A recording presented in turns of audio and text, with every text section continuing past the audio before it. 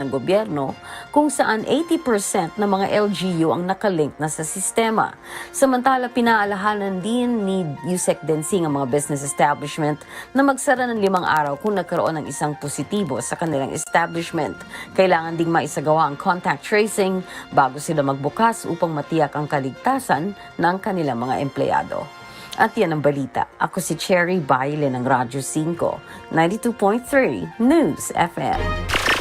Balita, impormasyon, Radyo 5 News Update sa 92.3 News FM. Ang Radyo 5 News Update ay inihatid sa inyo ng Fujidenzo. Fujidenzo Home and Commercial Appliances, where you get reliable, durable, and energy-saving features in all our products. So choose wisely. Choose Fujidenzo. Fujidenzo is available in all leading appliance stores nationwide. Fujidenzo, quality above all. Ang Radyo 5 News Update ay inihatid sa inyo ng Dunkin', pasalubong ng bayan. Live a life that is closer to more that you need, to more that you love, to make more moments that matter. Live a life that is better, where there's more fun with friends and neighbors together. SMBC, the good guys, a life with so much more here. There is so much more to love, there is so much more to see, there is so much to enjoy. SMBC, the good guys give you so much more to life. Mabilis kumalat at makahawa ang COVID-19 virus. Dapat laging handa ang inyong Essential Household COVID Care Kit.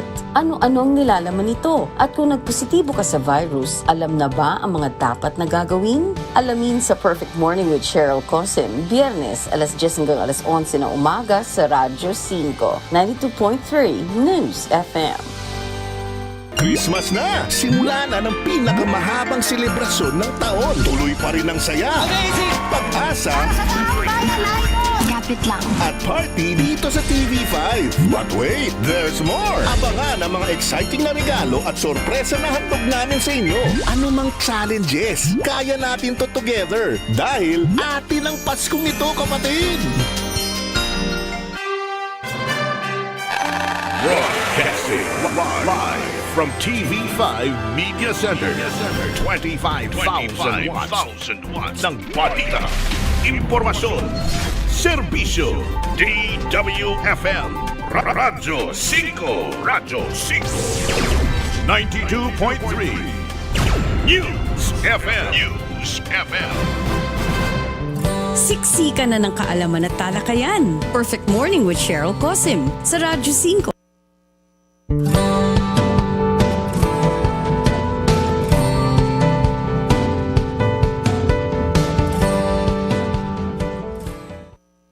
Happy Friday po sa inyong lahat mga kapatid. Good morning, perfect morning po sa inyong lahat. Kamusta po ang inyong pahinga? Kamusta po ang inyong naging buong work week? Sana'y maayos naman po. Sana'y nasa mabuti po kayong kalagayan at maganda po ang kalusugan. Pag sinabi po nating magandang kalusugan, perfect na kalusugan, kasama po dyan ang pagiging COVID-free. Pero mag-ingat pa rin po ang lahat dahil sa kabuuan po ng bilang, mga kapatid, just to give you an update, ang COVID cases po natin sa bansa ay umabot na po sa mahigit 2 milyon. At ang namamatay, nasa 36,000 na po na katao mahigit. At dahil po patuloy pa rin, nakikita naman po natin mga kapatid, araw-araw ay nakakakuha po tayo ng update doon po sa mga cases natin. Patuloy pa rin po ang pagtaas at ang nakakabahala nga po ay nananatili sa around 27 to 28% po ang positivity rate po natin sa bansa. Na hindi po yan pasado at all sa WHO. Dahil ang dapat po ay nasa 5% positivity rate lamang po ang isang bansa or less. Of course, kung pwede, 0, hindi po ba? Kaso sa atin, may kataasan. Ibig pong sabihin, ay nasa 1 sa bawat, sa bawat 5 or sa bawat 4 or bawat 3 po na na nagpapatest ay positibo po sa COVID. So ganoon po kalala or kataas or kabilis ang hawahan po natin sa bansa. At iba't ibang balita po ang naririnig natin, ang nai-report po namin. Iba-ibang kaso. Ako personally, and I'm sure most of you po na nakatutok sa atin ngayon, ay ganoon din. May alam po na storya na malapit sa atin na nagkaroon ng COVID or nahirapan pong i-handle yung COVID cases sa kanilang bahay or namatayan or napunta po naging critical yung kanilang kilala or severe. Or meron din po kadalasan, ang maganda rin po ay nakakarinig tayo na asymptomatic naman po yung kakilala natin na may COVID. Pero gayon pa man, tayo po'y nangangapa. Ito lang, kahapon lang, may report po tayo. I'm sure alam nyo yung kantang Pusong Bato. Yung pong gumawa ng kantang ito ay namatay due to respiratory complications. Although we want to clear na ang sinasabi po dun sa huling report ay hinihintay po nila yung kanyang COVID test, yung kanyang RT-PCR test. Kung positive po siya or negative. Pero umabot po, I think, hanggang 38 ang kanyang oxygen level. 4 na po, 40 hospitals ang kanilang tinakbuhan. And then it was too late at hindi na po siya nakarecover. So ngayong umaga, we decided po dito sa Perfect Morning, sa mga suki po natin na nakikinig na sa Radio 5, 92.3 News FM, maging po sa nakatutok na sa ating FB page, please do follow and share our page, and also sa ating YouTube channel, na Perfect Morning with Cheryl Cosim. Please don't forget to subscribe and click that notification bell para lagi po kayong updated sa ating mga episodes. At pwede nyo rin pong balik-balikan yung iba pa naming episodes dito sa Perfect Morning. So ngayong umaga, mga suki, ito po ang tututukan natin, COVID-19. We want to help at the same time, kaya po namin gagawin itong episode na ito, ay alam din po natin na overwhelmed na ang ating pamahalaan, ang ating mga hospitals. Pagod na po ang ating mga healthcare workers. Yun nga pong 4 na pong ospital na I'm sure kahit po kayo at may kilala, tumutulong na maghanap ng ospital. Tuwing makasasagot tayo sa telepono, ay pang 40 po kayo, ay pang 22 po kayo. Mahaba po ang pila. Kahit tumakbo po kayo dito sa aming ER, COVID ER, hindi namin kayo maa-accommodate dahil hanggang parking lot ay may nakapila po. So we want to be able to help. Gusto po din natin na sa tahanan pa lang natin, ano ba yung pwede? 1 taon na po natin mahigit nilalabanan itong pandemyang ito. Pero aminin po natin na pag may nagka-COVID po sa atin, sa ating household, on wood, wag naman po mangyari sa inyong mga tahanan, ay kahit na araw-araw nakakarinig tayo ng impormasyon, na natataranta tayo, ano bang dapat gawin? Ano ba yung mga kailangan? Ano ba yung mga nakahanda dapat sa ating tahanan? Na anytime may magpositibo po sa atin, ay unahin natin na mapangalagaan sila sa ating mga tahanan. Kung may place na para sila ay i-quarantine, ayaw na po natin silang mapunta pa, hindi po ba, sa ibang quarantine facility po na ipinoprovide ng pamahalaan. Gusto natin maalagaan natin sila, lalo na kung nasa mild or moderate case lamang naman po. Dahil hindi nga rin sila madadala kahit nga yung severe ay hindi na po ma-accept sa mga ospital.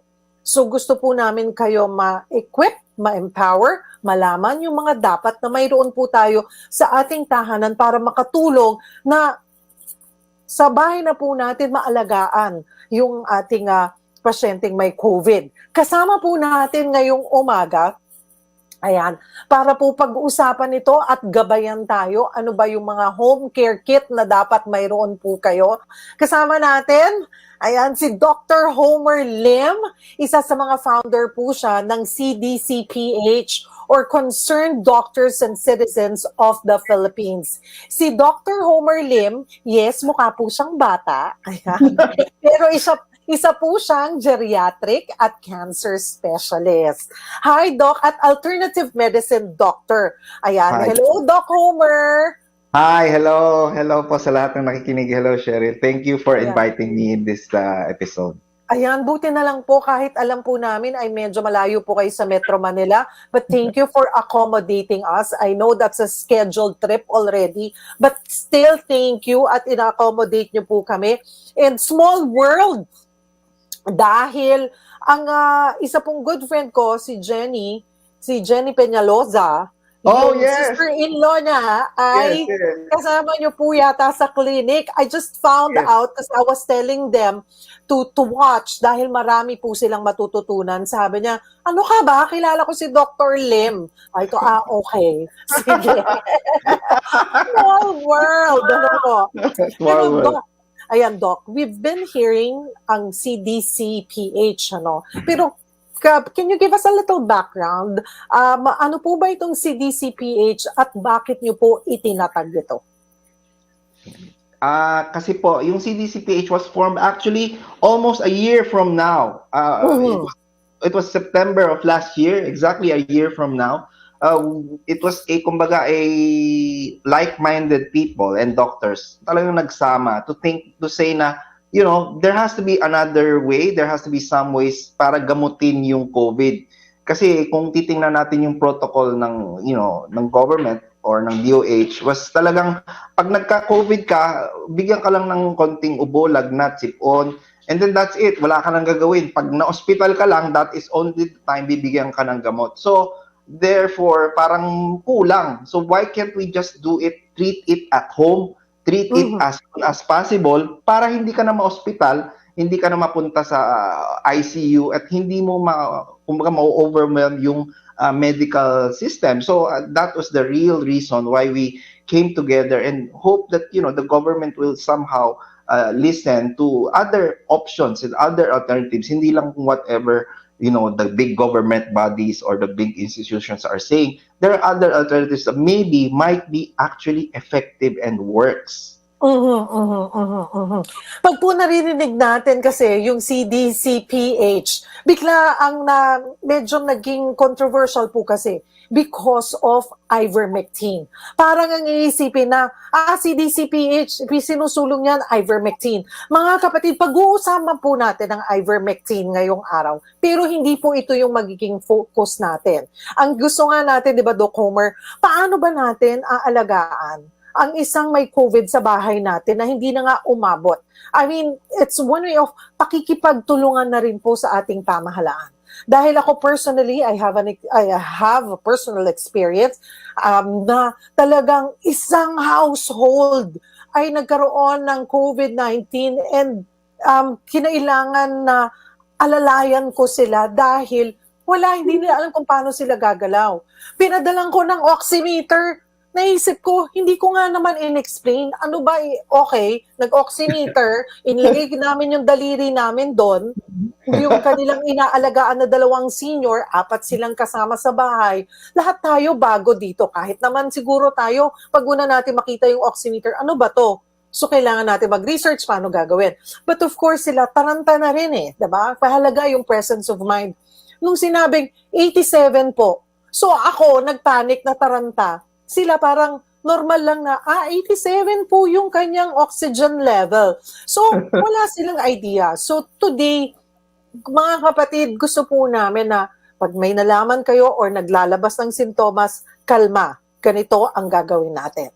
Gusto po na, kasi sabi ko nga, lahat ng ospital ngayon, kahit nasasabihin, minsan makakarinig ka, Doc, ng report na 70% full capacity or 80%.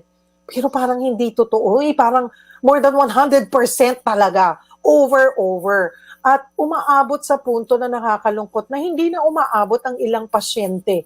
Ano po? Sa loob ng ER hanggang labas na lang or sa biyahe dahil kahanap ng ospital.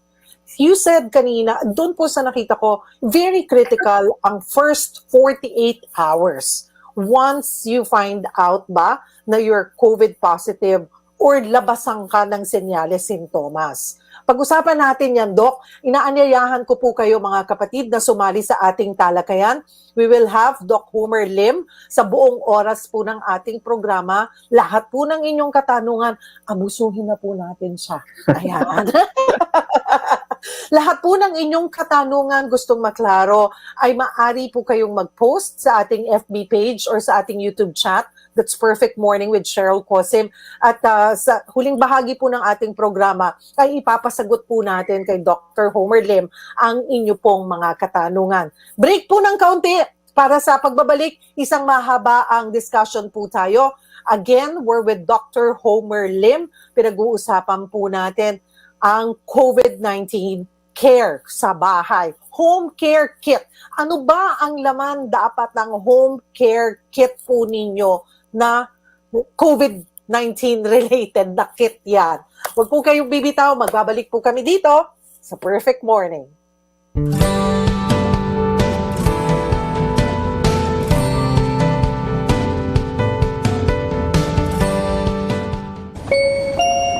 Mac Mestiza Soap na! Achieve ang healthy, soft, and smooth skin with regular use of Mestiza Soap. Dahil ito ay gawa sa fruit and vegetable extracts with virgin coconut oil. Kaya, mag-Mestiza na araw-araw! Ang Mestiza variants ay may new look na at additional 5 grams with each bar. Available ang Mestiza Original and Mestiza Prime variants sa lahat ng leading drugstores and supermarkets nationwide.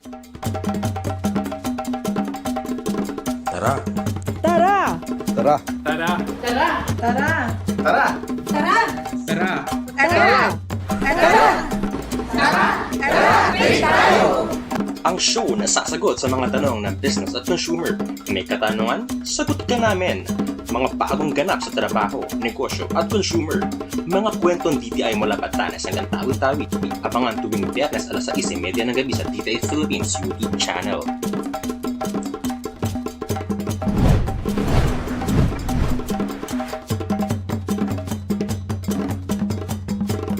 Strength and immunity has never been more important in these uncertain times. And it's not just about being strong, it's about being immunostrong. Support your health with 100% organic superfood supplement. That's a rich source of antioxidants with Organic Acai Premium Blend and Acai freeze-dried capsules together with proper diet and exercise. Care for you and your loved one's health. And together, let's help build an immunostrong Philippines. Organic Acai is available in Mercury drugstores and other leading drugstores and supermarkets nationwide. Ang Organic Acai Premium Blend at freeze-dried capsules ay hindi gamot at hindi dapat gamiting panggamot sa anumang uri ng sakit.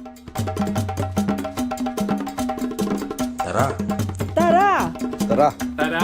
Tara! Tara! Tara! Tara! Tara! Tara! Ang show na sasagot sa mga tanong ng business at consumer. May katanungan? Sagot ka namin. Mga bagong ganap sa trabaho, negosyo at consumer. Mga kwentong DTI mula Batanes hanggang Tawi-Tawi. Abangan tuwing Biyernes alas 6:30 ng gabi sa DTI Philippines YouTube channel.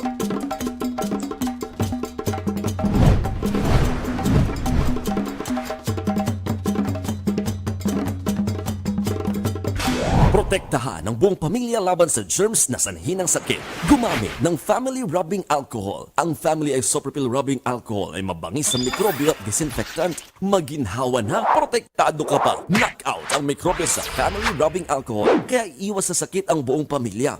Family Rubbing Alcohol, hindi lang pampamilya, pang-sports pa. Isopropyl ay ang generic name ng Family Alcohol. If symptoms persist, consult your doctor. Ang lalaki, hinahangaan kapag tapat kong magmahal, buong loob, matibay manindigan. Ang lalaki, madiskarte, matigas magdesisyon, kaibigan na maasahan. At sa oras ng lambingan at pagmamahalan, kakampi niya ang Eagle Food Supplement for Men. Kakampi na mga lalaking hinahangaan. May effing medium ginseng makapure sa palmetto at ginkgo biloba. Eagle Food Supplement for Men. Imo kakampi na mga lalaking hinahangaan. Mahalagang paalala, ang Igo ay hindi gamot at hindi dapat gamitin panggamot sa anumang uri ng sakit. Lovely Look Hairspray. May swabbing amoy ng French perfume. Ang Lovely Look Hairspray ay walang pinipiling klima at panahon. Magagamit sa lahat ng okasyon. With Lovely Look Hairspray, ayusin ang buhok mo sa formang gusto mo. Istilong buhok ganda. Mag Lovely Look Hairspray ka na.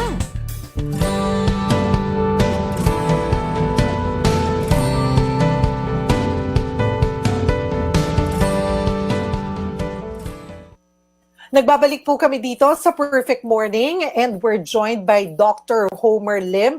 Isa po siyang geriatric at cancer specialist at isang alternative medicine doctor at bahagi po siya o isa po siya sa mga founder ng CDCPH o Concerned Doctors and Citizens of the Philippines. Ang gusto nga po nating tutukan, mapaghandaan ang paglaban po natin sa COVID-19. Dahil once we're hit, minsan, hindi lang isa, but the entire household. Ganun ngayon, Doc, ang sitwasyon na nakikita po ng ating mga experts? Well, yan talaga nagiging issue ngayon, no? In fact, since the beginning of July, talagang we can see na talagang whole families na. So, pagka may nagpapakonsulta, buong pamilya na. So, when we treat not just the person na infected, we treat the entire household. Kasi 80-90% of the time, lahat naman sila infected. So we treat the entire household para hindi na kumalat yung sakit. So that's how we treat it now. Treat the whole household para hindi na kumalat at hindi na sila hindi na sila lalabas ng bahay kasi yung iba lumalabas pa ng bahay, nagkakalat pa sila eh. So if we tell them everybody has to stay home, we have to be treated, I think that's the best way to control the situation. Okay. At kanina po, napag-usapan natin na before we went on break, sabi ko nga, Doc, ay ang sinasabi ay yung first 48 hours ng COVID ang highly critical. Ano yun? By that, na nilabasan ka na ng sintomas or anumang sintomas? Kasi ngayon maririnig mo, pag ikaw ay inubo or sinipon or nilagnat, kahit hindi ka pa nagpapa-RT-PCR test or di ka pa nagtetest, i-considera mo na kagad na, naku, COVID ito. Ganun po ba dapat ngayon ang thinking? Yes, actually, yun talagang sinasabi namin sa lahat ngayon. Hindi lang lagnat, hindi lang sipon, hindi lang ubo, konting sore throat, mahina ang katawan, giniginaw, automatic, treat as COVID. Pero treat na agad as COVID, gamutin na agad, and then you do the test. Pero wag mo na hintayin lumabas yung test na positive bago ka maggamot. So you treat it as early as possible para hindi maging malubha ang sakit. Especially yung mga matatanda, over 60s, or yung mga matataba, obese, no? Pag sinabi kong obese, everybody obese. It doesn't matter kung ikaw ay 60, 16, even kids who are obese, if they get COVID, they get a severe symptom. So very, very important talaga. Yes. So that's automatic yan. Pag narinig namin over 200 pounds, kahit anong age yan, they will develop moderate to severe. We treat it early kasi yun ang pinakamahirap gamutin. Kumbaga yung pinaka-risk factor for severe infection is actually obesity and diabetes. So it's very, very important to treat these people as soon as possible. Ang mahirap ngayon, Doc Lim, ay sinasabi, nung mga nagkakaroon minsan, di naman ako lumalabas ng bahay, naku, wala to. Baka sinisipon lang ako or tinrangkaso lang ako. Pero hindi ka man lumalabas, kung meron at meron pong naglalabas-masok sa inyong tahanan, kahit hindi po ikaw yon, abay, mag-doubt na kayo na posibleng COVID. Pwedeng yung lumalabas-masok sa inyo ay asymptomatic dahil mas malakas-lakas yung katawan. Eh kung yung mga naiiwan kadalasan sa bahay, yung mga senior citizen, kasi hindi naman talaga sila pwede lumabas, sila yung natatamaan, Doc Lim, sila ang nilalabasan ng mga senyales, sintomas. Yes, because yun nga, kasi tawag natin sa kanila vulnerable. Ibig sabihin, yung immune system nila very, very weak. So pag natamaan sila, mas mabilis sila labasan ng sintomas. So hindi ibig sabihin na hindi ka lumalabas, hindi ka ma-infected. Yun gaya ng sinabi mo, pag may lumalabas talaga sa bahay na mamalengke or whatever, doing errands, pwede nila talagang mahawa at pwede sila manghawa ng ibang tao. Kanina nabanggit ko po, and it's sad, Doc Lim, yung pagmamonitor natin ng mga storya, kanya-kanyang storya tayo, kanya-kanya tayong journey sa paglaban dito sa COVID-19. Nung ako'y tinamaan ng COVID, walang sintomas ako naramdaman. Parang naramdaman ko lang, parang umurong yung boses ko, parang namamaos. But other than that, wala. And I'm thankful. Pero yung the fact na alam mong may COVID ka, abay mentally, talagang pababagsakin din yung iyong immune system. Hindi ka makatulog, nag-iisip ka. Tuwing paggising mo, aamuyin mo yung buhok mo. Diba? Titikim ka kagad ng apple cider vinegar kasi gusto mo, tingnan mo kung may panlasa ka pa. Yung mga ganun kaka-paranoid. But now kasi, siguro ito yung mga nung simula. Ngayon, parang yung tao, mas relax sila na parang akala nila, ganoon kadali lumaban sa COVID-19. Iba-iba ang journey natin. Iba-iba ang tama sa atin. And sabi ko nga, kahit na ako noon, araw-araw nire-report, nakakausap kami ng eksperto na, napakadali na po para sa amin na makahanap ng eksperto. Pero at the end of the day, tatawag at tatawag ka, maghanap ka ng expert kasi taranta ka, ano bang dapat kong gawin? So, mga kapatid, ayaw po namin kayong mataranta. At least mag-basic tayo, Doc Lem. Ano ba ang dapat? Kailangan ba ang bawat household ay may nakahandang COVID care kit? Yes, kaya ng sinasabi natin, no? Will you get COVID is not a matter of if, it's a matter of when. So, kailangan natin isipin yun. Hindi ibig sabihin wala kang COVID o walang COVID sa pamilya, hindi ka natatamaan. There will always be a chance na magkaka-COVID ka. Especially now, we have a mataas ang surge natin. So, you have to have that kit ready at home in case. And that kit has to, kumbaga, accommodate everybody in the household. Hindi lang pang isang tao. Bilang kayo, ilang tao sa bahay, ha? Huwag ninyong bibilangin yung aso at pusa. Tao lang po. So yun lang bibilangin nyo, pang tao po. Ilan po ang kailangan yung i-compile or i-bukod para in case magkaroon ng COVID isa, everybody has to be treated immediately. Huwag na nating hintayin maging malala bago ka magpapatreatment. Okay. Sabi niyo po, okay, hindi lang pang isang tao. Kung 5 kayo sa inyong bahay or 8 kayo, yung set na naka-ready ay dapat pang 8 tao. Exactly. Kung ilan man ang tao po sa bahay nyo, dapat ganun din yung nakahanda pong COVID care kit. Kumbaga, bawat isang miyembro ng household, may kanya-kanya kayong COVID care kit. Yes.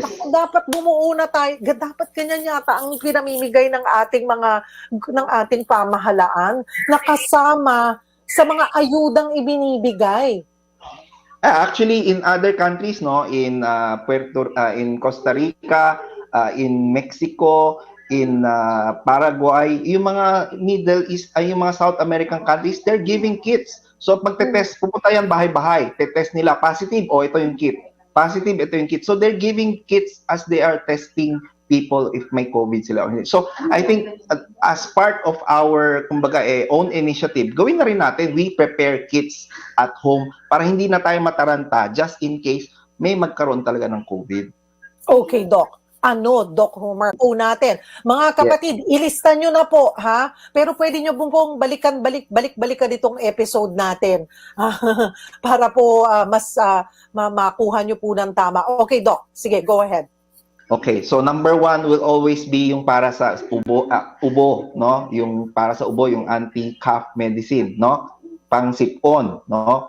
So these are 2 na kailangan mo talaga, okay? Number 3, paracetamol. Kasi most of the time, a lot of people magkakaroon ng fever, magkakaroon ng sinat, or nagkaka-chills. So it's very, very important for them to get that first 3 products kasi yan ang pinaka-importante. Okay, ulit, Doc. Paracetamol, para sa sipon? No, para sa sipon, tsaka para sa ubo. Para sa ubo. Okay. Yes. First 3 po, yan ang pinaka-importante. That's your symptomatic.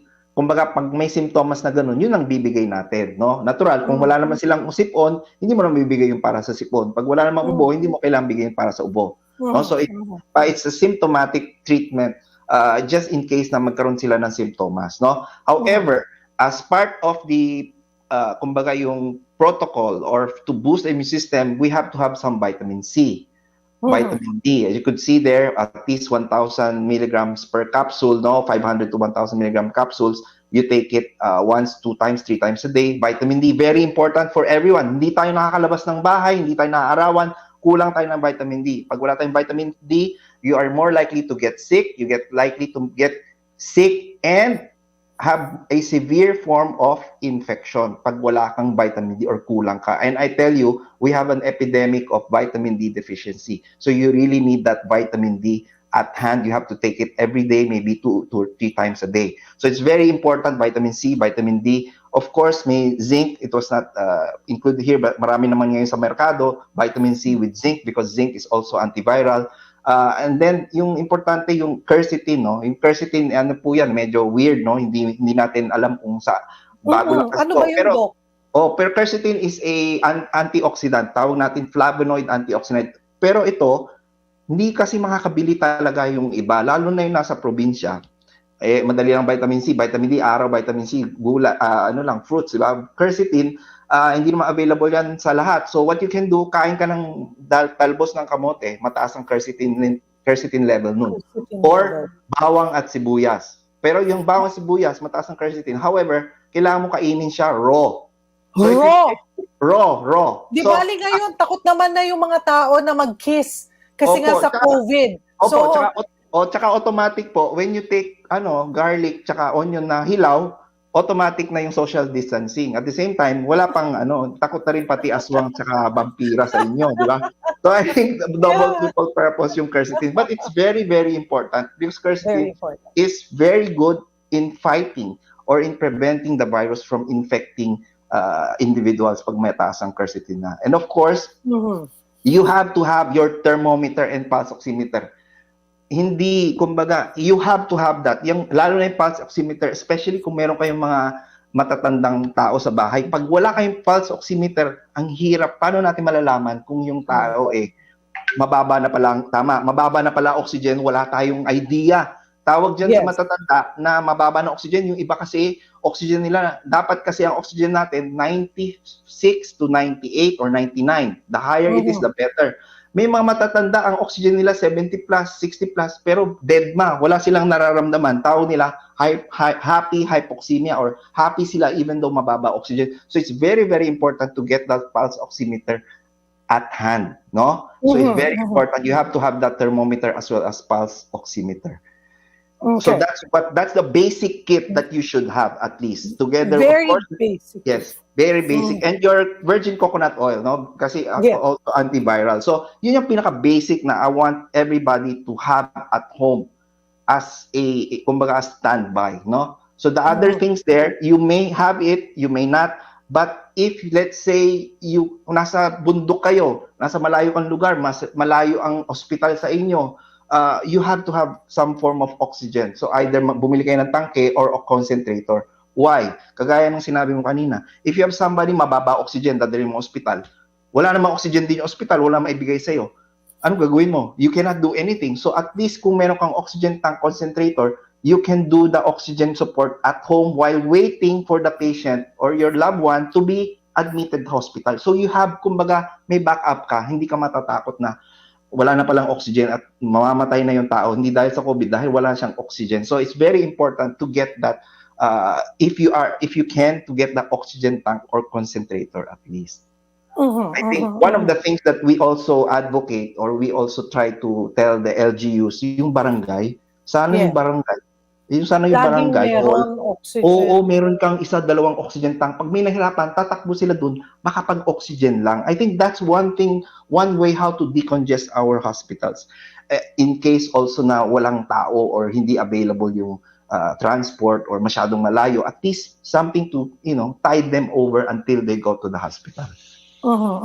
Doc, ito pong sinasabi nyo na yung kanina, yung vitamin C, vitamin D, quercetin, yun po ba ay pwedeng kahit wala pong COVID, pero makakatulong po ba yan na makatulong na panatilihing malakas ang immune system ng buong pamilya? Pwede po ba itong gawin as daily na i-take po? Ano yung mga doon sa listahan na ibinigay nyo po na home care kit? Baka din po kasi yung mga iba gustong makasiguro, at kaya naman, ano po doon sa mga nakalista yung pwede na nilang i-take ngayon as a daily part of their supplements? Yes. So number one would always be vitamin C with zinc, Yan. Tapos vitamin D, C with zinc. and then your quercetin. So at least if you have Yung that tatlo. four, yes, vitamin C with zinc, vitamin D, quercetin, good, no? And probably if may multivitamin kayo, pwede rin yung idagdag. Pero at least that should also protect you already from getting infected. And if you do get infected, you will have less likely chance of getting a moderate to severe form of COVID infection. Okay, when you say vitamin C, usually ang nakikita natin, nabibili natin mga kapatid, 500 milligrams. So Yes. twice a day. Ayan, no, Two- hanggang 1,000. Actually, Ngayon, you can go higher. If you're bigger, kung mataba ka, sorry to say, the bigger you are, the more heavier you are, the more vitamin C you actually would need. So you can take 1, 2, or 3 times a day. So the more actually is better. Okay. Yung vitamin D, Doc, ay ilang beses? At least 2,000 IU? 2,000 IU once a day. If you want to go higher, 4,000, 5,000, it's still That's okay too. Still fine. That's Yes. still okay. And then yung quercetin po ba, mabibili yan ng parang isang anong talaga? Yes, kapsula. Ang capsule. Mabibili yan. Yes, mabibili yan. Pero mabibili mo lang yan online. Wala po yan sa butika. No? So usually, kaya nga sabi ko, kung wala kayong makuha ng quercetin, talbos po ng kamote. Yun.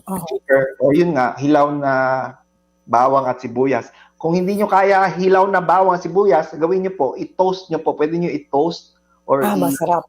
i-grill para tumamis ng konti. Marap. So, Pero- pwede pa rin yun. Oh, pero wag nyo pong igisa. So, wag kayo gigisa. Oo. Pwede, lang, parang i-grill or ito-toast nyo sa oven. So, something like that to, yung, kumbaga, parang lang lumambot yung loob at mawala yung matapang na amoy. Okay, ayan. At yung oxygen tank na sinasabi nyo, Doc, yung talagang totoong tangke, or minsan di ba meron kang nabibili na yung can? Ganito po yan. Pag ang oxygen nyo po, no, is less than 90 na, yung ganon, wala na yun. 3 seconds, ubus mo na yung tangke, ubus mo na yung isang can. So, yung big tank. Oh, okay. Now I understand. O, ayan, mga kapatid.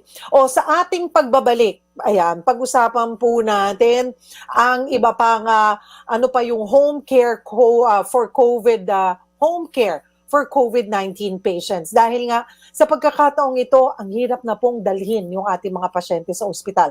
Or habang naghihintay po tayo ng availability sa mga ospital. Kasi may ganyan nasubukan ko yan, Doc Homer.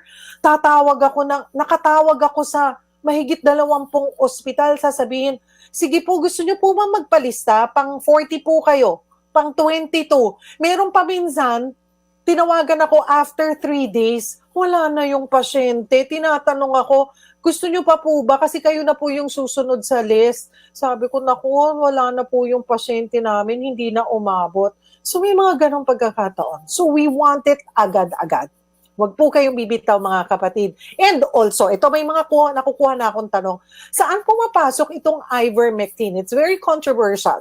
Pero ito, mga kapatid, I've said it on my vlog and when I was battling COVID-19. Nag-take po ako ng ivermectin. During the time, nagkaroon ako ng guidance sa isang mga doktor. Alam po natin ng mga experts. And ako gusto kong sabihin, mga kapatid, choice nyo po yan. I'm not here to push you, ipilit sa inyo na mag-ivermectin kayo or to encourage everybody. Ang sa akin, Doc, pasensya na, no? But it's a choice. If it's your choice, gusto nyo pong mag-take ng ivermectin, just para may guide, kailangan lang po may guidance po kayo ng inyong doktor. Ako, kasama yon sa naging bahagi ng aking paglaban sa COVID-19. Pag-usapan pa natin kung kayo po may mga katanungan kay Dr. Homer Lim, maaari nyo pong i-post yan sa ating FB page at sa ating YouTube channel, YouTube chat. Mamaya po papasagot natin yan kay Doc Lim. Huwag po kayong bibitaw, magbabalik po kami.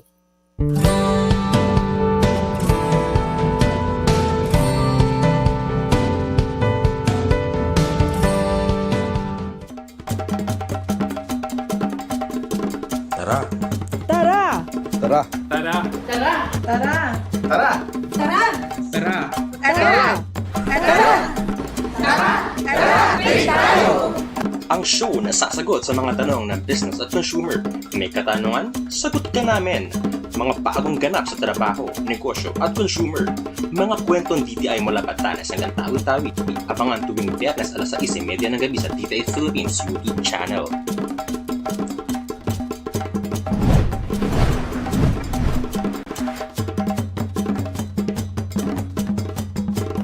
Gawing maganda at kaakit-akit ang style ng inyong buhok. Makiuso ka with Pagoda Cold Wave Lotion. Ang Pagoda Cold Wave Lotion ay may lanolin at may perfume neutralizer. Kaya iwagayway ang mapormang estilo ng buhok. Maging in ka. Makiuso ka. Pagoda Cold Wave Lotion, the hair fashion lotion. Mac Mestiza Soap na! Achieve ang healthy, soft, and smooth skin with regular use of Mestiza Soap. Dahil ito ay gawa sa fruit and vegetable extracts with virgin coconut oil. Kaya, mag-Mestiza na araw-araw! Ang Mestiza variants ay may new look na at additional 5 grams with each bar. Available ang Mestiza Original and Mestiza Prime variants sa lahat ng leading drugstores and supermarkets nationwide. Tara! Tara! Tara! Tara! Tara! Tara! Tara! Tara! Tara! Tara! Tara! Ang show na sasagot sa mga tanong ng business at consumer. May katanungan? Sagot ka namin! Mga bagong ganap sa trabaho, negosyo at consumer. Mga kwentong DTI mula Batanes hanggang Tawi-Tawi. Abangan tuwing Biyernes alas 6:30 ng gabi sa DTI Philippines YouTube channel.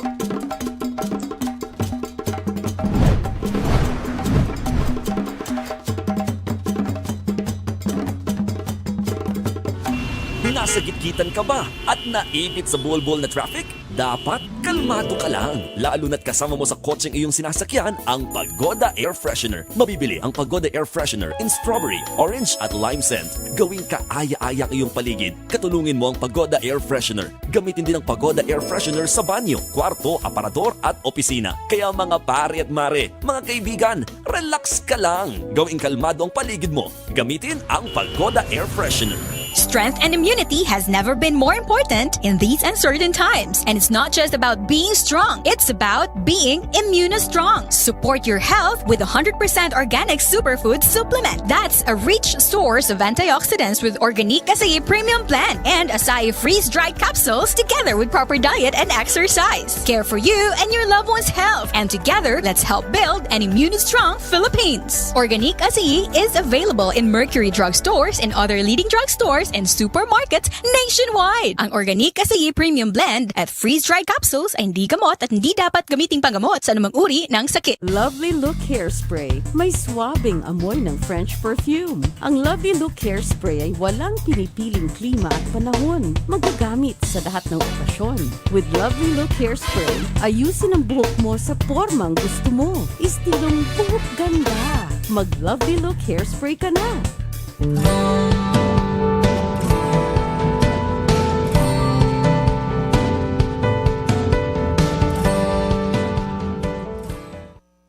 Nagbabalik po kami dito sa Perfect Morning at ngayong Biyernes kasama po natin si Dr. Homer Lim at pinag-uusapan po natin paano natin haharapin paano ang tamang pangangalaga pag po kayo ay nagkaroon ng kasama sa bahay or kayo mismo ay nagkaroon ng COVID-19 na maagapan. Sa bahay pa lamang po, simulan na kaagad ang gamutan. First 48 hours, sabi nga ni Doc Lim, first 48 hours is very critical. Kaya once medyo kumatikati lang yung lalamunan nyo, naku, huwag nyo pong ipagsawalang bahala kaagad yan. Mag-i-treat kaagad. Medyo sinisipon-sipon po kayo or medyo inuubo-ubo po kayo, huwag nyo pong baliwalain, sabi nga ni Dr. Lim, treat it as hanggat hinihintay nyo yung test, yung result ng test nyo, isipin nyo kaagad may COVID kayo. Agapan nyo po agad. We don't want you to panic. That's why we're here, para alam nyo po kung ano yung inyong gagawin. Okay, Doc. Ano ang home care for COVID-19 patients? So when we say home care, we're actually treating the patient like what they do in the hospital. So that's what we mean by home care, no? I just want to make a acknowledgement to a group of volunteers called IVMCC. So what they're actually doing is helping people with COVID, how to monitor them, what to look out for, what to give them food or medicine. So there's a volunteer group, and they have been helping our group CDCPH in talagang monitoring patients, binabantayan nila. They're actually even lending them oxygen tanks. Can you believe that this group is lending oxygen tanks to those in need? But there are so few, and hindi nila kaya i-handle lahat. But what we are doing here, when we say home treatment protocol, home treatment program, you're giving drugs, you're giving medicine, you're giving antioxidants, vitamins to prevent them from having a severe form of COVID infection para hindi na sila ma-hospital. A lot of people are not aware, but we've been treating patients over 60s, 70s, 80s, 90s. None of them will be hospitalized if they are treated early. And if we actually make this into a national program, I'm sure babagsak ang number of cases, not only in the hospitals, but actually the number of cases, active cases in the Philippines. We just have to be, kumbaga, really aggressive in treating this at home. Oo. At uulit-ulitin ko po mga kapatid, 48 hours, huwag niyo pong baliwalain. Dahil it will make a big difference. Ayaw po nating umabot pa tayo sa ospital. Sabi ko nga, Dok, okay, nakapasok ka sa ospital, nagkataon, uy, may opening. Alam niyo po, nakakalungkot ngayon. Ito, narinig ko to mismo, nakakaano ng dibdib, pero may time na I'm very close to this person. Sige, Cheryl, kasi naghahanap ka, kahit hindi mo minsan kilala, tutulong ka na magtatawag. Dok, sabi sa akin, sige, I'll let you know pag may namatay, magkakaroon kami ng bakante. Diba? Kailangang may mamatay para ma-accommodate yung pasyenteng susunod na papasok. We don't want that, mga kapatid. Ayaw po natin yon. At sabi nga ni Doc, kung within 48 hours, agad nating mabibigyan ng lunas, magagamot, malaki yung chance na hindi kayo aabot sa ospital. Hindi na kailangan magkaroon ng severe case or maging critical pa po yan. So ito, we want to guide you kung paano po tayo, at sabi nga, ina-acknowledge naman natin, overwhelmed ng pamahalaan. Kailangan tayo na mismo sa bahay. Huwag na natin isisi sa pamahalaan kasi marami na sila rin iniisip. Kahit sila nalilito na kung anong gagawin. So tayo, alam natin ang gagawin, gawin po natin. Tsaka na natin sila balikan. Ayan, sa eleksyon na lang. Alam nyo na kung sino yung mga dapat at hindi dapat. Hindi ba? Doc Homer, mag-isip na tayo ng mas piliin natin mabuti yung ating mga iboboto sa susunod na eleksyon. Okay. Pag ang tao po ay, kunwari, more than 50 years old, paano po dapat? Kanina, very critical, sabi nyo, Doc, ang oximeter. Mahal lang, 1,000, parang ang bili ko nito sa 1,000. Pero may mabibili ka ngayon, 350. Yes, please don't buy the 350 kasi yung 350 isang number lang lumalabas. So hindi mo siya totoo. So buy a better brand. Wag yung sobrang mura kasi yung mga mura most of the time hindi sila tama, hindi sila accurate. No? So, siguro, Doc, yes. maganda, marami kasing nagbebenta. Tignan nyo po din yung kung medyo mura-mura nga naman, 400 or 500. Tignan nyo yung mga comments. Tama, diba? exactly. Kasi tama. meron yung, ay walang kwenta yan, basahin nyo mabuti. Kung naka-jackpot kayo't may 500 at maganda pala, okay lang po. Pero, I mean, do your research also. Hindi lang porket nakakita kayo ng 199 or 299, go na. Makamamaya, hindi bumababa yan, 100 lang ng 100. Diba? Ayan yung sa akin, Doc. Pasado ko. Oh, very good. 99. 99. Okay. Alright. Okay po. So as part of the kumbaga monitoring, let's say may ubo, may sipon, may lagnat, no? So once you have that, what you do already is you start giving testing yung monitor, oxygen monitor. It should be at least 95 and above. Okay? If you're 95 and above, fine and good. Let's say bumababa siya, nag-94, 93, lipat nyo sa ibang daliri, i-check nyo, baka yung daliri may barado. So lipat nyo sa ibang daliri. Yan, exactly. Kung same yung number, same yung lumalabas, less than 95. So alam mong tama siya, nang talagang less than 95 oxygen mo, you have to get oxygen tank immediately. Why? Because pag bumaba na ng less than 95, ibig sabihin, stress na yung katawan mo, sobrang baba na ng oxygen. So, the Okay. lower the oxygen, the more likely na you will have a very significant infection or a severe form of COVID infection. Okay. Okay. Kung persistent po na 95% below ang oxygen level, ano po ang agad na kailangan gawin? So once bumaba ng 95, you have to give the oxygen tank, kakabit mo na agad sa ilong. And then i-adjust mo yung oxygen tank, may pang-adjust po yan, tawag natin regulator. Kung nakita mong less than 95, i-aakyat mo yung oxygen tank, oxygen regulator up to some point na yung oxygen mo umakyat na ulit ng 95. 95. So ina-adjust po yun. Ina-adjust. So kunwari, okay, nakalagay na yung oxygen, di ba? So, yung hinga, minomonitor. But at the same time, nakakabit yung oximeter. Hindi mo na tatanggalin. Huwag mo nang tatanggalin. Hintayin mong tumaas. Yes. Ayun. Alright. Okay. So you keep adjusting the oxygen until na mag-95 na. Hanggang 95 lang. Pag nilampas nyo kasi ng over 95, mangyayari, in the long run, magiging dependent yung tao sa oxygen. Hindi mo na matatanggal siya sa oxygen kasi ayaw na yung huminga. May oxygen naman hindi mo kailangan mag-effort huminga. So we want the oxygen at 95 para at least may effort yung tao huminga din by themselves para at least dumakas ulit yung muscles nila sa chest para mabilis silang malabas or ma-wean off the oxygen tank as soon as possible. So 95 ang target natin. But once it's below 95, kabit mo na oxygen, huwag ka na mag-isip.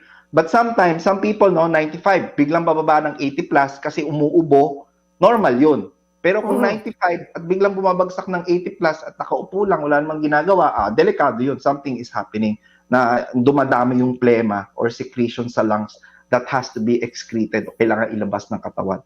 Mga matatanda, hindi na masyadong nakakaubo, so hindi na nila lalabas, kaya yung oxygen nila, ang bilis bumagsak. So very, very important and critical. So once, okay Doc, kunwari ayaw umakyat talaga ng 95, ano? Gaano katagal mong oobserbahan at iisipin natin kailangan na to for hospitalization? Yun nga, once na nakita mong below 95 consistently, 95, 94, 80 plus, you really have to be kumbaga ready na yung gamit niya na kailangan mo nang tumawag sa hospital to just in case na kailangan nila mo hospital. But sadly, Cheryl, ang dami kasing kung pasyente ngayon, 80 plus, 70 plus, hindi na rin nakakarating ng hospital.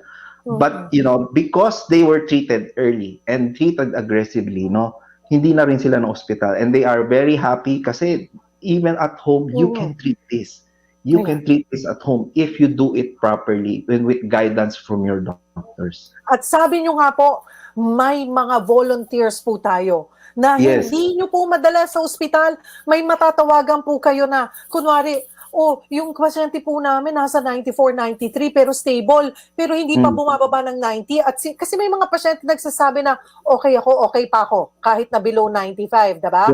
Ano kaagad yung home care kit? Ano pa yung pwedeng gawin habang kaya pa naman gamutin po sa bahay, Doc?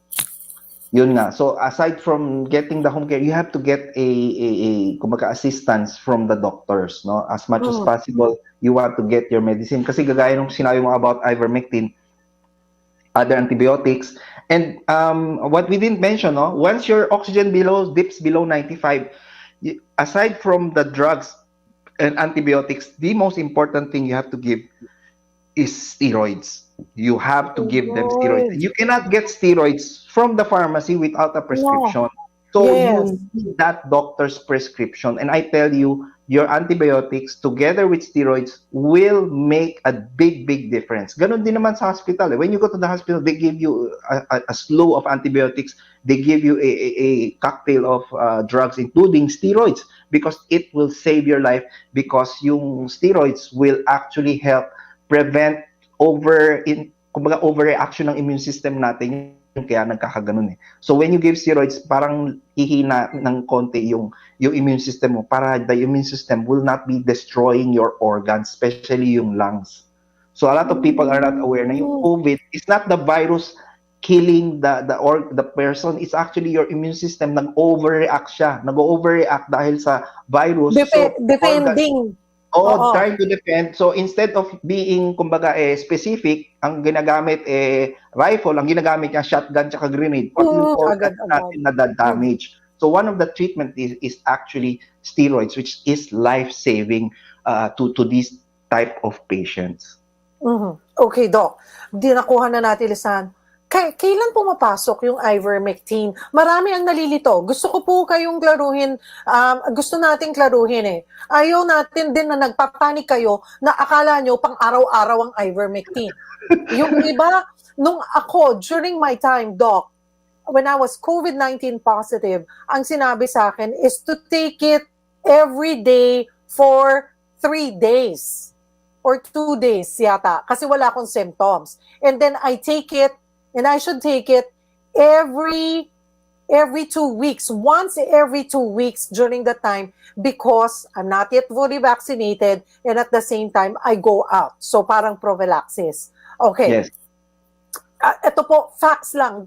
Hindi po namin kayo ina-encourage. Kung gusto nyong mag-take, okay. Kung ayaw nyo, okay. Gusto lang natin, ano ba ang ivermectin and when do you take it and who cannot and who can. Okay, Doc. Doc, Okay. break lang ako konti. Sorry. Go ahead, on ivermectin. Very quick break. We'll be back and we'll talk about ivermectin. Magbabalik po kami dito lang sa Perfect Morning.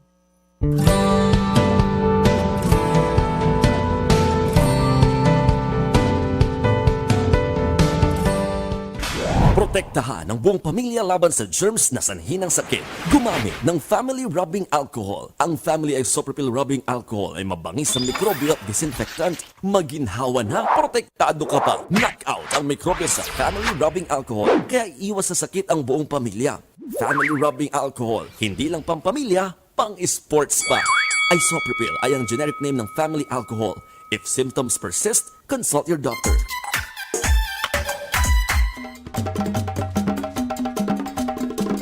Tara. Tara! Tara. Tara! Tara! Tara! Tara! Tara! Ang show na sasagot sa mga tanong ng business at consumer. May katanungan? Sagot ka namin. Mga bagong ganap sa trabaho, negosyo at consumer. Mga kwentong DTI mula Batanes hanggang Tawi-Tawi. Abangan tuwing Biyernes alas 6:30 ng gabi sa DTI Philippines YouTube channel.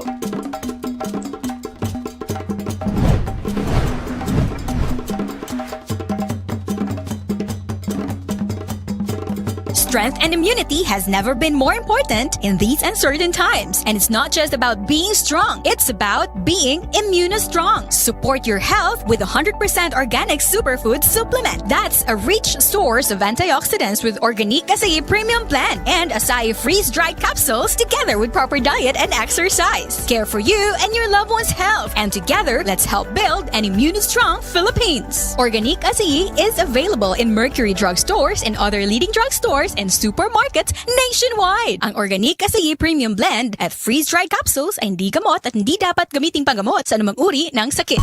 Ang lalaki, hinahangaan kapag tapat kong magmahal, buong loob, matibay manindigan. Ang lalaki, madiskarte, matigas magdesisyon, kaibigan na maasahan. At sa oras ng lambingan at pagmamahalan, kakampi niya ang Eagle Food Supplement for Men. Kakampi ng mga lalaking hinahangaan. May eping medium ginseng makapure sa palmetto at ginkgo biloba. Eagle Food Supplement for Men. Imo kakampi ng mga lalaking hinahangaan. Mahalagang paalala, ang Igo ay hindi gamot at hindi dapat gamiting panggamot sa anumang uri ng sakit. Tara. Tara! Tara. Tara! Tara! Tara!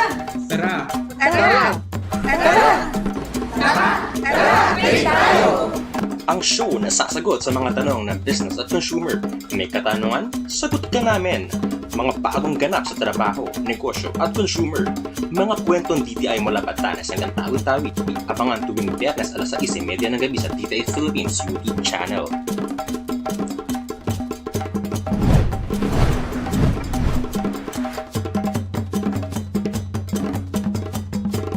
Gawing Maging maganda at kaakit-akit ang style ng inyong buhok. Makiuso ka with Pagoda Cold Wave Lotion. Ang Pagoda Cold Wave Lotion ay may lanolin at may perfume neutralizer. Kaya iwagayway ang mapormang estilo ng buhok. Maging in ka. Makiuso ka. Pagoda Cold Wave Lotion, the hair fashion lotion.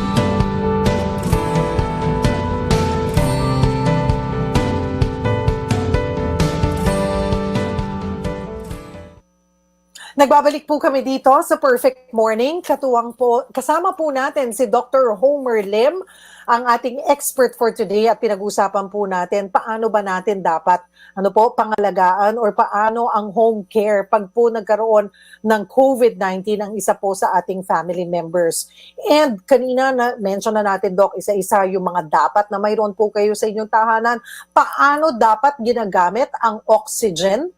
And again, Doc, kanina sabi nyo, may volunteers, group of volunteers, na maaari po kayong gabayan over the phone. I know it can be really frustrated, Doc. Pag wala kang mahanap na ospital, wala kang makausap, hindi mo alam ang gagawin, may mga volunteers po tayo na maaari nating matawagan.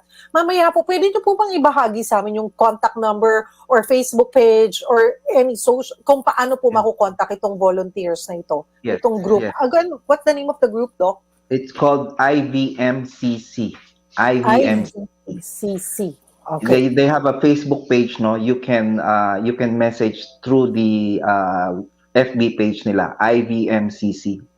So also we would like to call on other volunteers who would like to help this group because hindi nila kaya, ang haba na po ng kanilang waiting list din. So they are prioritizing those who are really in need of support, no?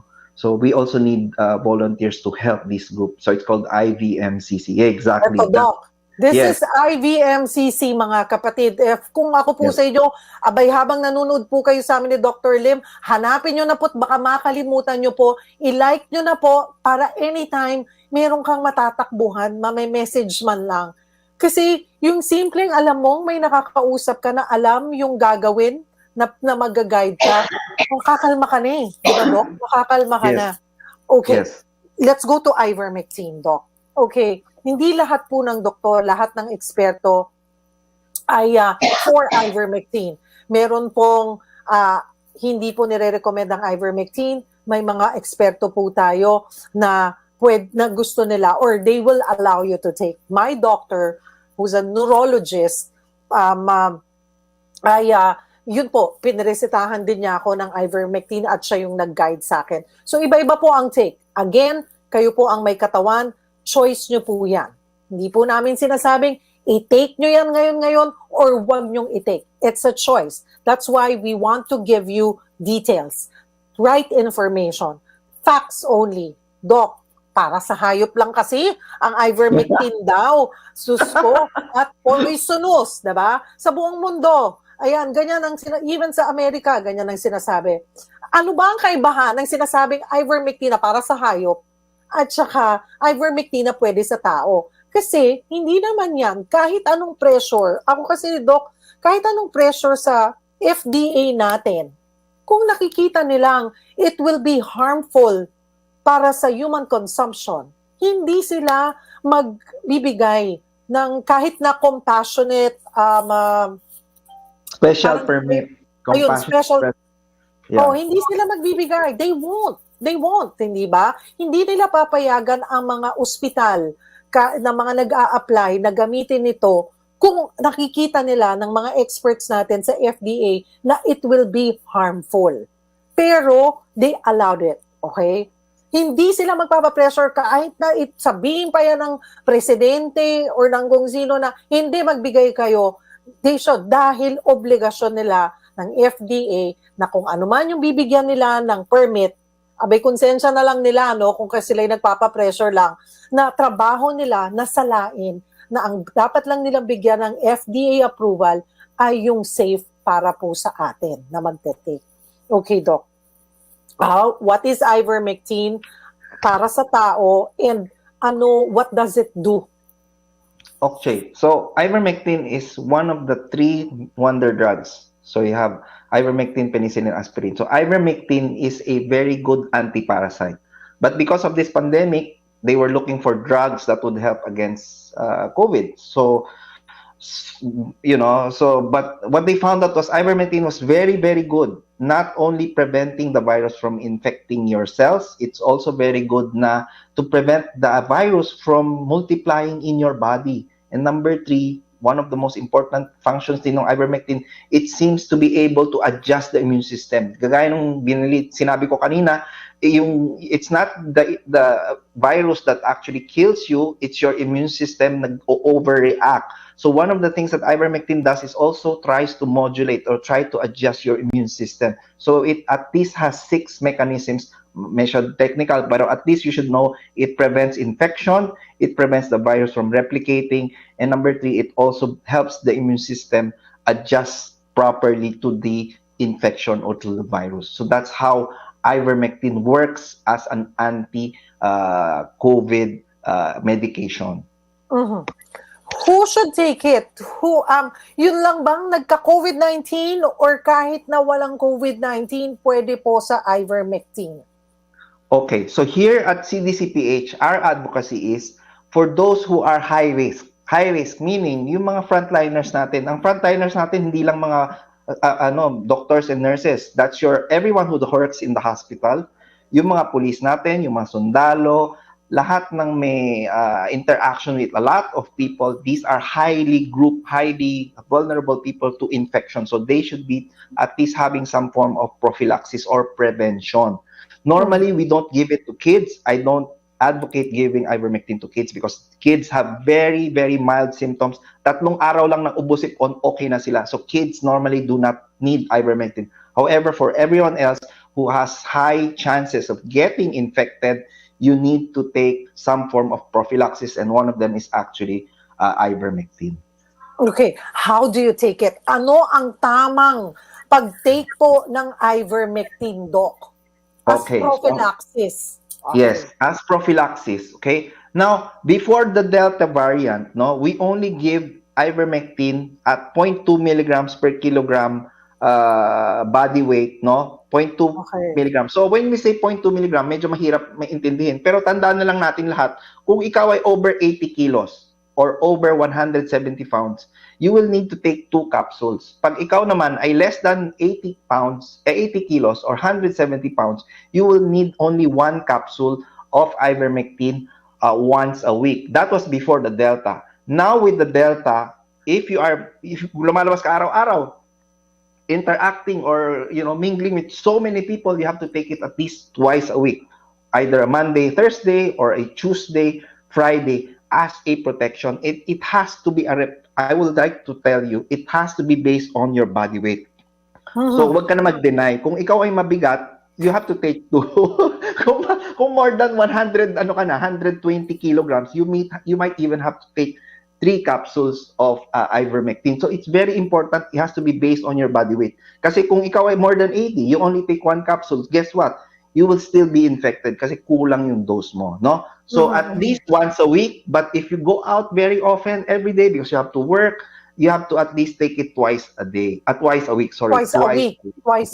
Okay. Yes. Doc, parang kunwari kami, pumapasok sa trabaho, hindi maiwasan na mag-work from home Pumapasok, pero hindi kami katulad ng mga frontliners na talagang yung high risk. Kunwari, may mga nakakasalimuha kami sa opisina. Do we take it twice a week or once a week is okay? Once a week. Yes. So, I understand that this is dynamic siya, no? So right now, for those who are not going out often, you can take it once a week. When this surge is over, we can pag nawala na yung surge, meaning by infection natin less than 3,000 to 4,000 na every day, then we can go back to every 2 weeks. Okay? So but right now, because of this surge will probably last for another month. If we don't do something drastic, it will still go on for at least 1 more month. So you have to take it once a week, or if you go out every day, twice a week. Okay, twice a week. Okay. And tanggapin na po natin kung ano talaga yung lalabas sa weighing scale. Kasi doon natin ibabase kung ano yung iti-take. When do you take it? You take it after or before meals? The best time to take your ivermectin, doesn't matter kung umaga, hapon, gabi, after a meal, para mas maganda ang absorption ng ivermectin. You get 4 times as much ivermectin absorbed after eating than before eating. So take it after eating. Okay. And ang ivermectin, Doc, you can't buy it over the counter. Kailangan mo ng prescription. Tama ba ako? Yes. Kasi ako Yes, yung po. doktor ko. Kasi ngayon, naghingi ako eh. Sabi niya, Cheryl, hindi ka makakabili. So I went to a drugstore. Kailangan po, may prescription po kayo and how Opo. you take it. And it's 25 pesos yung sa akin. Yes, Yung that's nabili 12 ko over a milligrams. big. Yes, Oh, the that's 12 12 milligram is 25 pesos. The 15 milligram is 28 pesos. So it's available in the drugstores, no? At Here hindi in- po yan ibebenta ng drugstores kung hindi nga pinayagan at safe. Opo, kasi antibiotic. So you really need to prescription. So for prescriptions, we have the CDCPH has a web app. It's called CDC PH Telemed app. You can download it either sa Google or Apple. You can get your prescription for ivermectin. Okay. Lahat po ba ay pwedeng mag-take ng ivermectin, Doc? Okay, so the most important thing para matandaan po ng lahat, yung mga taong hindi lang pwede mag-take ng ivermectin, yung mga may tinatawag nating liver cirrhosis or nasira na yung liver nila. So, pero kung ikaw ay may fatty liver, okay lang, you can still take. Pwede O pa. SGPT mo, SGPT or liver enzymes medyo mataas, mga less than 200, you still can take it, still safe. But if your SGPT, SGOT mataas, over 400, maybe you cannot take it. So who else cannot take ivermectin? Those who are taking yung warfarin, anticoagulant na warfarin, they cannot take it. Those who are on immunosuppressant, yung mga nagta-transplant ng kidney, they're on tacrolimus or cyclosporin, they are not allowed to take the ivermectin kasi bababa yung immunosuppressive drug, pwede ka rin magkaroon ng organ rejection kasi nga pumaba yung immunosuppressive drugs. So these are the people who we really advise not to take ivermectin. So those with liver cirrhosis, those on warfarin, as well as those who have on immunosuppressive drugs because of being transplanted with kidneys or other organs. Mhm. Again, mga kapatid, choice nyo po yan. Kung tingin nyo po, kailangan nyo pa po ng karagdagang impormasyon, nandyan po ang CDC PH. Ayan, yun, tama rin po ba yung aking FB page? Ganon din ba, Doc, ang FB page po ninyo? Teka, like ko muna tong IVMCC, CDCPH. Yes, this is our FB page, which, as you can see, it's a different names, Concert DX and CX of the Philippines. So this, you can post questions, chat with other of our members, no? But for the doctors, DX and CX, okay yes, po. pero for our for our Telemed app, you have to download it sa Play Store o sa Google, Apple Store, yung Telemed app na CDCPH Telemed, no? Yes, that's the Facebook page. This is the FB page, mga kapatid. Ayan, okay. Nilike ko na. Doc, grabe. Ang dami nating mga katanungan and I'm super overtime but I'll just read some of them, ano? And please, on the spot kita, can we have another episode? And kahit na po mga kapatid sa FB live ko na lang, ano, kahit mag-FB live tayo one of these days, any time of the week, any time of the day, pwede po natin gawin ito muli para po sa ating mga kababayan. Maraming katanungan. Si Mila Dato Ikman, kami ay tinamaan ng COVID-19. 3 po kaming nagkaroon, ang aking pong asawa at anak. Ang aking pong anak ay dinala sa facilities. Kami po ng asawa ko, sa bahay lang po kami, nag-isolate. Ang ginawa po namin mag-asawa, palaging umiinom ng tubig na maligamgam at vitamin C at multivitamin. Kumakain po kami ng mga prutas at may temperature check is very important, yes. At mga gamot sa ubo, lagnat, sipon, tama po yan, katulad ng sinabi ni Doc, kung may ubo, gamutin, sipon, gamutin, lagnat, gamutin. Ayan po. 14 days, ayan, 14 days po, it's been 14 days na nag-isolate. Bakit po inuubo pa po siya? Okay, very important, no? A lot of people, no? Nagkaroon na sila ng what we call COVID pneumonia. Nagkakaroon ng peklat kasi yung lungs nila. So yung peklat, nagkakaroon ng fibrosis, tawag natin. Kaya sila umuubo kasi the lungs are trying to re-expand. through the tinatawag nating peklat. So some of them magkakaroon ng pakonti-konting ubo, which is okay, it's normal. Hindi ibig sabihin na may COVID ka pa, infectious ka pa. It's just that the lungs are trying to get back to its normal functioning. Si Ruel Enero, sabi niya, yung nagkahawahan sila, pero after a week daw po, after the quarantine, nawala ang symptoms niya. After a week, bumalik ang ubo. Hanggang ngayon, patuloy pa rin siyang sobrang dry. Ano yung tamang gawin para mawala ang ubo ko? Ang tamang remedies? Kasi almost 3 weeks na dry cough. Patulong Okay. po. August 12 when they were hit. Okay. So my suggestion there would be they need an x-ray, a chest x-ray. Baka hindi na yan COVID pneumonia, baka yan tawag natin bacterial pneumonia na siya. So they need a chest x-ray. Kung may pneumonia, we need to treat that. Paano malalaman ang pagkakaiba daw, Doc, ng trangkaso sa COVID ngayon? Tinatanong ni Mitch Arshaga. Well, that's the biggest question. That's why yung CDC sa United States, starting January 1, 2022, they have told all the laboratories that they have to be able to separate a single test, that they will have to say, are you infected with COVID or influenza? So it's really hard. So the only way to know really is kailangan mo talaga magpa-test. Hindi naman nahuhula yan eh. Wala naman microscope yung mata natin. So really have to test. Si Dencio Tolentino, meron po bang mababa talaga ang oxygen kahit walang COVID infection? Meron yung mga taong tinatawag na COPD, Chronic Obstructive Pulmonary Disease, medyo mababa na talaga oxygen nila. Minsan nagna 90, 92 kasi nga sira yung baga because of smoking. So they have relatively low oxygen to begin with. Si Bergonio Natanawan Mira, di po ba ang ivermectin ay talagang para po sa hayop? Yes, it is. Di ba, Doc? Sige nga po, explain lang po natin yung diferensya. At saka, hindi naman po kung ano yung binibigay mismo na formula sa hayop, ay ganun din ang formula niya sa tao. Tama bang pagkakaintindi ko, Doc? Kasi of course, I have to do my own research before I take it. No, yes. Actually po, ang ivermectin is one of the parasitic drugs, but there are also other drugs that are given sa animal. May antibiotics din pang animals that are being used for humans. So hindi lang exclusively for humans or for animals. They're both used as animals and for humans. Yung ivermectin kasi na for animals, nilalagay yan sa pagkain. And they usually come in powder form. Either powder form o malalaking tableta.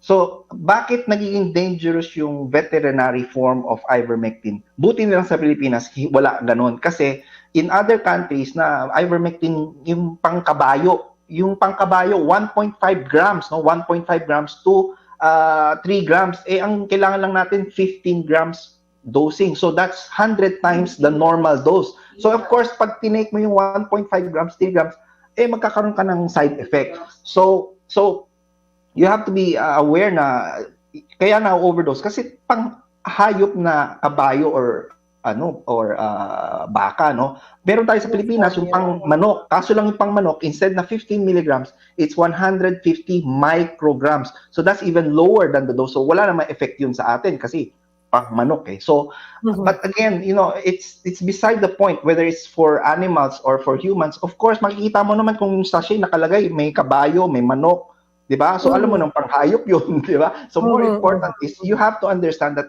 it's not true that's only for animals. It's even other antibiotics, they're being given to animals as part of their feeding to prevent infection and parasites.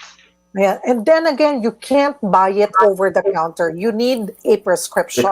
And tayo po, bilang isang individual, may responsibilidad po tayo na alamin natin kung ano yung pinipili nating ipasok sa ating mga katawan. So do your own research.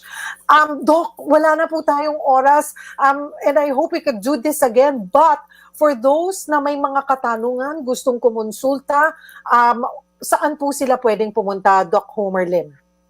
Actually, we have, again, as I mentioned earlier, yung CDCPH Telemed app. No, you can download it. You can book an appointment there. We have doctors who can give you consults and a prescription if you need to do so. Ang gagawin na lang po namin mga kapatid dito po sa Perfect Morning page ay ipopost po namin yan. yung kanilang yung mga FB page nung mga volunteers natin, the CDC, and then the app that you were saying para Yes. hindi po kayo malito at mag-guidean po namin kayo ng tama. Dr. Homer Lim, I know you're taking a break, but thank you for accommodating problem. us. Opo. Thank you. Hope everybody learned something new today, and I'm sure. hopefully it will save more lives. I think that's the most important thing here po. Ulitin po natin to ha, Doc Lim. Yes, would love to do that po. But for now, please do enjoy your much-deserved break. Thank It's not you. a break. Actually, I'm working. Yeah, I Di still bali, have may meeting po ako dito sa aking lugar. We have going to sa meet with some lugar. LGU and some leaders. Hopefully, we can, help talagang move the country forward. Mhm. Sana you find time na magka-break ng konti sa ganda ng lugar kung nasaan ka ngayon. Yeah, working Take break. care. Keep Working safe. break. Working break. Thank you. Thank you, Doc Lim. Thank you po. Bye-bye. Thank you. Bye-bye. Mga kapatid, sabi nga po ni Doc Lim, sana po ay marami po kayong natutunan ngayong araw dito po sa ating episode. Again, please do like our page, follow us, subscribe to our channel. That's Perfect Morning with Cheryl Cosim. Pwede nyo pong balikan, i-share po ninyo itong episode na ito. Marami po tayong mga kababayan na matutulungan. Well, it's Friday. Spend quality time with your family. Have a great weekend, everyone, and keep safe.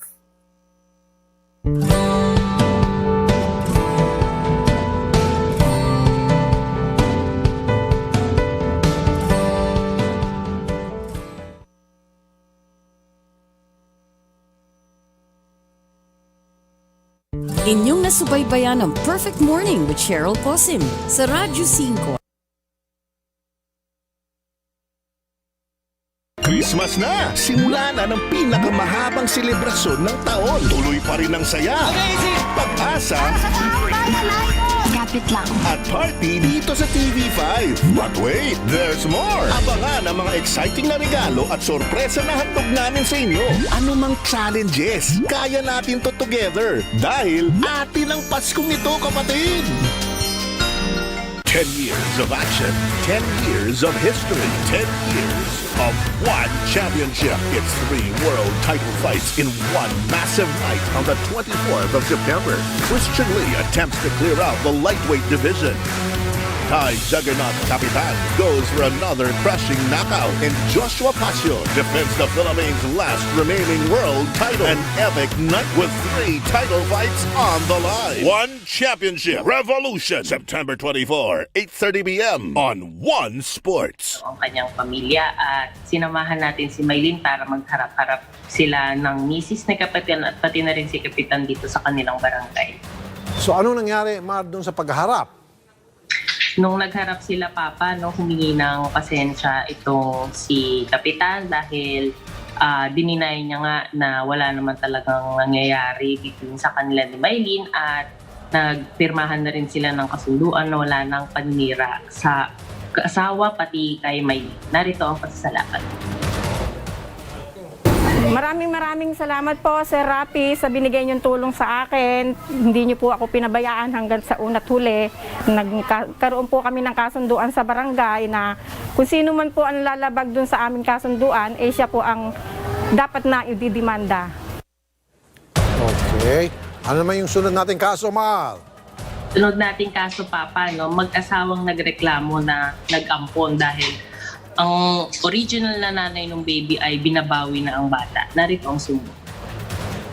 Nung dumating po sa amin yung bata, may itim na po yung niya, kamay, saka maputla na po siya. Kaya sa sobrang habag ko po, kahit ayaw ko po nung sabi ko sa asawa ko, di kayo mag-aampon talaga eh. Nasaan na Kasi po yung nanghirap bata, Sir Helfred? Ngayon, nasaan na po ang bata at kamusta ang bata? Ngayon po, okay po siya ngayon. Masigla po yung bata. Malusog, masigla, wala po siyang kung ano man. So anong nangyari sa kustodiya ng bata, Mar? After natin i-air ito, Papa, sinamahan agad natin ang mag-asawa na nag-ampon sa tanggapan ng DSWD. Ayon sa DSWD, kailangan i-turn over ng mag-asawa sa kanilang opisina ang bata. Hindi rin mapupunta sa tunay na ina ang bata dahil hindi na rin ito nagpaparamdam after umere. Okay, so anong plano nila matapos sa pangyayaring ito? 5 months din inalagaan ni na Helfred at Jelly Ann ang bata. Kaya talagang napamahal na rin sila doon. Natutunan nila sa nangyari na dumaan sa legal na proseso sa pag-ampon. Kaya naisip din nila na mag-apply bilang foster parents sa DSWD. Narito ang pasasalamat. At po Sir Rapi Tul po sa tulong niyo po. Ito, ngayon po nag-undergo na po si baby para sa pag turnover po sa DSWD. Pero po hanggat inaasikaso po nila sa amin pa rin daw po muna si baby. Nag-undergo ng assessment. Thank you po Idol Rapi. Salamat po. Good job, Mar. Salamat, Maricel Tulfo Tungol. At ngayon, dami na tayo sa ating second portion ng Amazing Immunergy. Yan, boost your immunity from IM Worldwide. Okay. Now, Teresita ng Cagayan de Oro. Magandang umaga, ma'am. Ma'am Teresita, ready na po kayo? Opo. Okay. Ito po ang tanong, Ma'am Teresita. Sino po ang pinakabatang naging nanay? Pinakabata po pinakabata na naging nanay, meaning nabuntis siya at nanganak. Nag-guess niyo po yung tanong ko? Opo. Sa kasaysayan, sa history, pwedeng living or non-living, hindi na nabubuhay or nabubuhay pa. Okay? Opo. Sige. Number 1, Sherry. Idol Rafi, mga kapatid, ang pinakabatang nanganak po sa kasaysayan ay si Lina Medina ng Peru sa edad lamang po na 5 taong gulang. Hoy! 5 taong gulang? 5 years old, Idol. Okay. Sa Peru, 5 taong gulang. Okay. Number 2. Sobrang bata po nun, Idol. Ang pinakabatang nanganak sa buong mundo ay si Franterla Dugan na taga London sa bansang Inglaterra. Siya ay nanggaling sa isang mayamang angkan. 7 taong gulang, 4 na buwan at 28 araw pa lamang noong nagdalang tao siya. Okay, 7 years old. Opo. Hinirang po siya na world's youngest mother of all time. Teka ba na, ikaw 5, 5, ikaw Idol. 7. Paano mga anak mo ngayon hindi pa nagme-mention? But anyway, tingnan natin. Number 3. Idol, ang pinakabatang nanganak sa buong mundo ay si Mina Putri na nagmula sa bansang Malaysia. Mina Putri na Malaysia. Ilang taon? Isa po siyang early bloomer, Idol. Early bloomer, okay. Nagkaanak siya sa edad na 6 na taong gulang. 6. So 5, 7, and 6. Nahilo ako doon Tingnan ko nga yung mga ano nyo.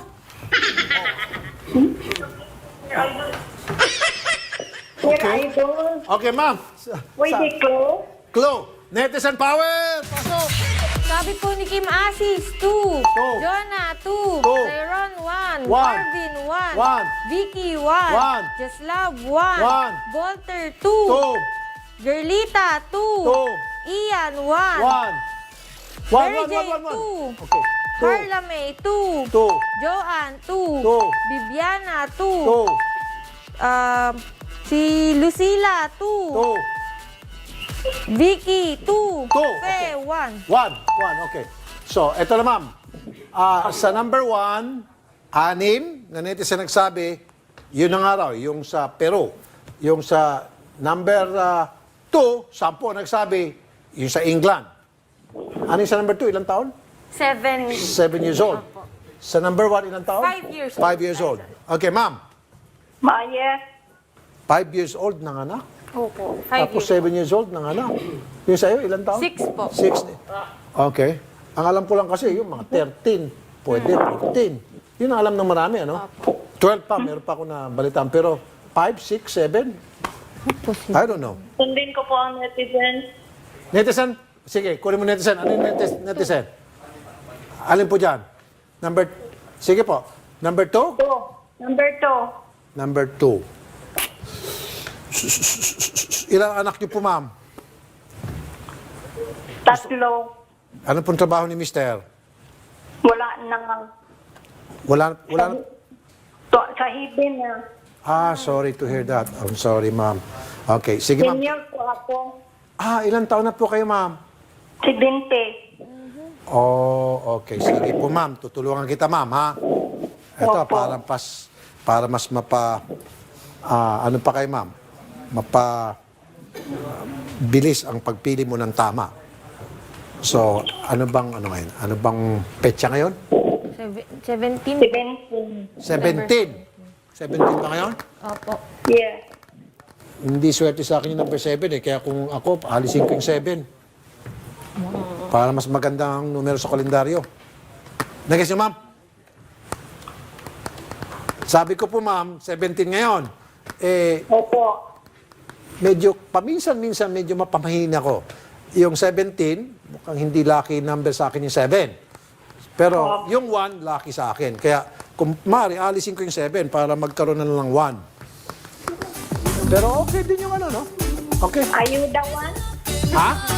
Ayuda 1? Ayuda 1? Sure kayo? Eh, sabi po ng netizen, yung ayuda 1, wala. Gusto ng netizen, ayuda 2, 10. Ano? Ayuda 1? 1. Sure ka? Susunod ako sa iyo, idol. Susunod ka sa akin. Ang sweet naman ni ma'am. Sige, ma'am. At dahil dyan, eto na, ma'am, ang gagawin natin. Bubuksan na natin ngayon. Andali lang, siguro ako. Tingnan ko ulit. Okay. Sige. 1, 2, 3, and go! Yeah. Okay. Importante ito. Makinig kayo kasi hindi ka paniwala ito. Congratulations, ma'am. Okay. Now, marami sa inyo magsasabi, imposible, 5 years old. Nanganak. Kalokohan yan. Sasabihin ng ilan sa inyo. Dahan-dahan mong basahin. Kailangan maintindihan yung pagbabasa mo dahil napaka-importante ito mga babasahin mo. Ma'am, makinig kayo, ma'am, ha? Number 1, basa. Idol Rafi, mga kapatid, ito na nga po. Walang background music, please.